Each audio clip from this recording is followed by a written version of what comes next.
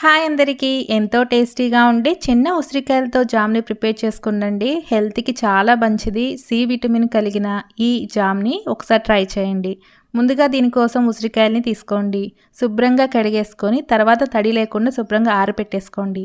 తర్వాత వేరొక గిన్నెలోకి మనం కొలత ప్రకారంగా తీసుకోండి. ఏదైనా కప్పుతో తీసుకోండి. ఒక కప్‌కి అరకప్పు పంచదారని వేసుకోండి. నేనైతే 4 కప్పుల ఉసిరికాయలకి 2 కప్పుల పంచదారని వేసేసుకొని స్టవ్ వెలిగించుకొని స్టవ్ మీద పెట్టేసుకోండి. మూత పెట్టేసి కొద్దిసేపటికి కదుపుకుంటూ ఉంటే మనకి వాటర్ ఏమీ యాడ్ చేయాల్సిన పని లేదండి. ఉసిరిలో నుంచి వచ్చిన నీరే మనకు సరిపోతుంది. ఈ పంచదార అంతా కూడా బాగా దగ్గర పడే వరకు మిక్స్ చేసుకుంటూ ఉండాలి. దీంట్లో మనం ఇలా ఉసిరికాయలు మనం ఉడికించుకునేటప్పుడు కలర్ కూడా చేంజ్ అయిపోతుందండి. తీగ పాకం వచ్చేసాక స్టవ్ ఆఫ్ చేసేసుకొని పూర్తిగా చల్లారనిద్దాం.